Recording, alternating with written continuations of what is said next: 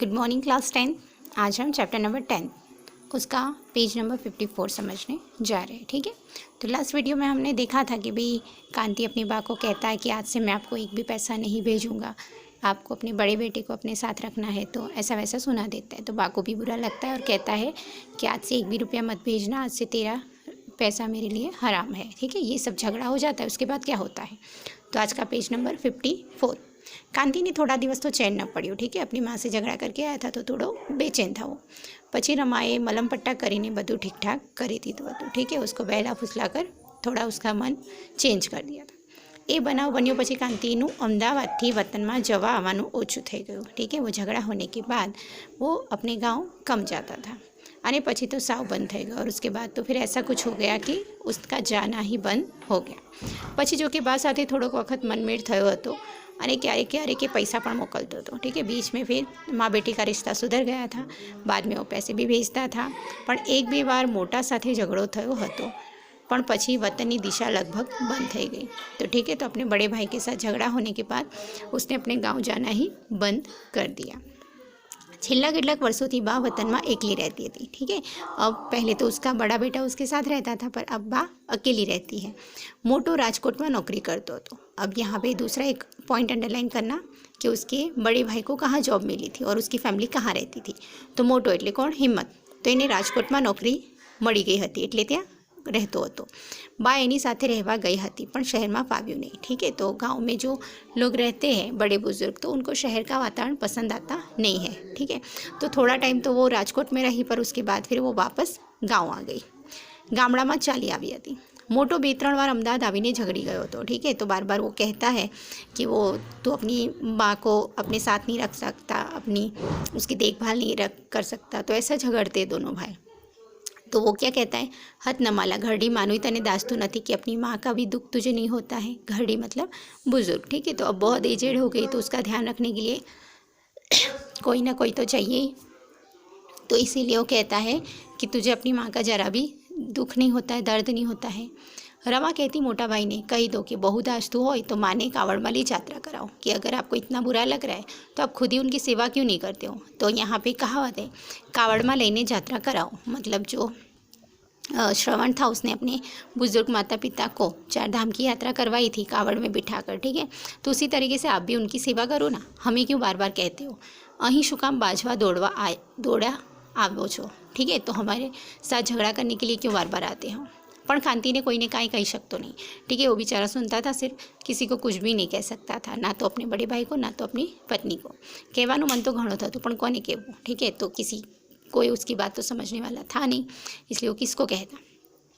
बा क्यारेक आगळमां लगती कि भाई तू 2 पैसा कमाय छे तो तारे कंईक समझवुं जोईए, मोटो बचरवाड़ माणस छे। बा कंचन मासी पासे पत्र लखावती। ठीक है, तो अब दोनों भाइयों में मतभेद ना खड़ा हो, ठीक है, मिसअंडरस्टैंडिंग ना हो, इसलिए बा बार बार दोनों को समझाती थी और लेटर लिखवाती थी। किसके पास लेटर लिखवाती थी? कंचन मासी के पास। ठीक है, ये ध्यान रखना, पॉइंट आएगा। तो बा कंचन मासी पासे पत्र लखावती और क्या कहती थी कि तुझे अपने बड़े भाई को 2 पैसे देने चाहिए, थोड़ा हेल्प करनी चाहिए। क्यों? क्योंकि वो बच्चरवाड़ है। बच्चरवाड़ मतलब बच्चे वाला है, उसके बच्चे हैं। ठीक है, तो ऐसा लेटर बा कंचन मासी के पास लिखवाती और वो लेटर अहमदाबाद जाता है और किसके हाथों में आ जाता है? रमा के हाथों में।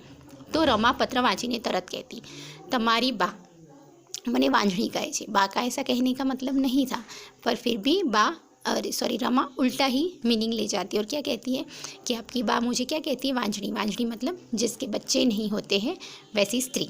ठीक है, तो वांझणी कहे छे। डोसीना कहवानो अर्थ तो तमे समझ्या। ठीक है, तो हमारे बच्चे नहीं होते इसलिए मुझे वो बांझ कहती है।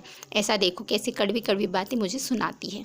तमारे कांई छोकरू छयूं नथी, पैसा कमाओ છો એ કોના માટે। ठीक है, तो आपके तो बच्चे हैं नहीं, तो आप पैसे किसके लिए कमा रहे? आखिर तो બધું મોટા ભાઈના છોકરાને જવાનું છે, એટલે અત્યારથી સમજો तो सारो। ठीक है, तो वो उसके कान भरती है फिर से कि आप कमाते हो तो किसके लिए? हमारे लिए, अपने बड़े भाई के बच्चों के लिए। ठीक है, तो ये सब समझ जाना और वो उनकी बातों में मत फंसना। पर हूँ एक पैसों मोटाना छोकराओने आपवानी नहीं। ठीक है, आपको जो करना है करो, पर मैं मेरा एक भी रुपया बड़े भाई के बच्चों को देने वाली नहीं हूँ। मोटा भाईना छोकराओने आपीश नहीं। भले मारे छोकरू न होय, भले हूँ वांझणी हों, दान धर्म करीश, નદીમાં નાખી દઈશ પણ બીજાને કોઈને આપીશ નહીં।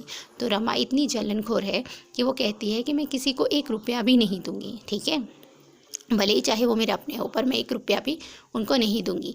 दान धर्म कर दूंगी या बचेंगे तो नदी में डाल दूंगी, मगर किसी और को मैं नहीं दूंगी। तो इस तरीके से रमा बहुत ही कड़वी कड़वी बातें कांति के सामने रखती हैं। डोशीना वेण तो जुओ केवा वेण लखे छे, ठीक है, वो अपनी कड़वी बातें कहती है तो वो कुछ नहीं, पर बा का कुछ कहने का मतलब नहीं समझती और वो कुछ उल्टा ही ले जाती है। पर रमा दान धर्म करवा न रोकाणी। अब यहाँ पे स्टोरी का टर्न आता है, अचानक से रमा के साथ क्या होता है, ठीक है। पर रमा दान धर्म करवा न रोकाणी कि नदी में पैसा नाखी देवाई न रोकाणी, ठीक है। तो उसने जो बोला था कि भाई मैं दान धर्म करूँगी, जो भी पैसे बचेंगे वो फेंक दूंगी, पर वो बेचारी रुकी नहीं। पैसा कांति पासे हता क्या, ठीक है, उसकी तो बेचारी की नौकरी भी छूट गई थी, न कुछ इतनी अच्छी सेविंग थी, तो बेचारी के पास कहाँ थी, कांति पासे हताय क्या। पर केवुं बनी गयुं, जो कि एनु एक सपનું आवीने उड़ी गयुं। अचानक से उसकी लाइफ में ऐसा ऐसा हो गया, ठीक है, जैसे एक सपने जैसा सपनों आवीने उड़ी गयुं। रमा उड़ी गई, गीध उड़ी जाए एवी रीते उड़ी गई, ठीक है। तो यहाँ पे कहने का मतलब क्या है, ये लास्ट तुम्हें पता चलेगा कि रमा के साथ क्या हुआ, पर मैं बता देती हूँ यहाँ पे तुम्हें कि रमा अचानक से बीमार होती है और बीमार इतनी बीमार होती है कि उसका इलाज भी ढंग से नहीं हो पाता है और वो उड़ जाती है मतलब मृत्यु पामे छे। ओके, ए दिवस कंचन मासीनो कागड़ आव्यो। कांति ने मालूम थाय कि पार्वती पर बहु मादा है, ठीक है। तो बीच में बा बहुत ही बीमार हो जाती है, जिस टाइम पे रमा भी बीमार होती है, ठीक है। तो कंचन मासी के पास कागज़ लिखवाती कि मैं अपने बेटे को आखिरी टाइम देखना चाहती हूँ, तो उसको बुला दो। तो कांति ने मालूम था कि पार्वती बोन बहु मादा मतलब बीमार है, ठीक है। पथारी माँ छे तने झंखे छे मतलब तुझे देखने के लिए इच्छा रखते हैं, तुझे आखिरी बार देखना चाहते हैं, जल्दी आवजे।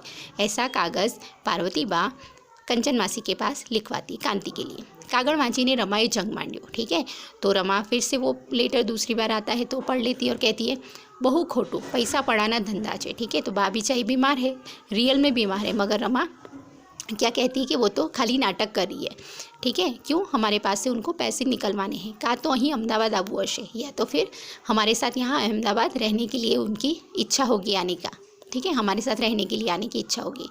दवा करावा पण अहीं मारी तबियतનું ठिकाणुं નથી, ठीक है। अब यहाँ पे बीमार है, मैं भी बीमार हूँ, अगर वो भी आएगी तो हम दोनों का देखभाल कौन करेगा, मेरी भी तबीयत ठीक नहीं है।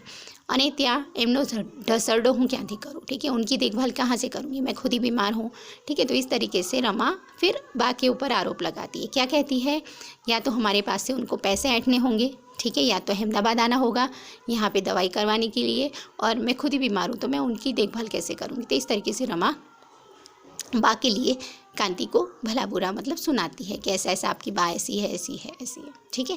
तो इस तरीके से आज हमने 54 पेज में इतने पैराग्राफ देखे, इसको ध्यान से देख लेना। अब स्टोरी का एंडिंग आ रहा है, ठीक है। तो अभी हम नेक्स्ट वीडियो तक ये स्टोरी ख़त्म कर देंगे। Okay, thank you.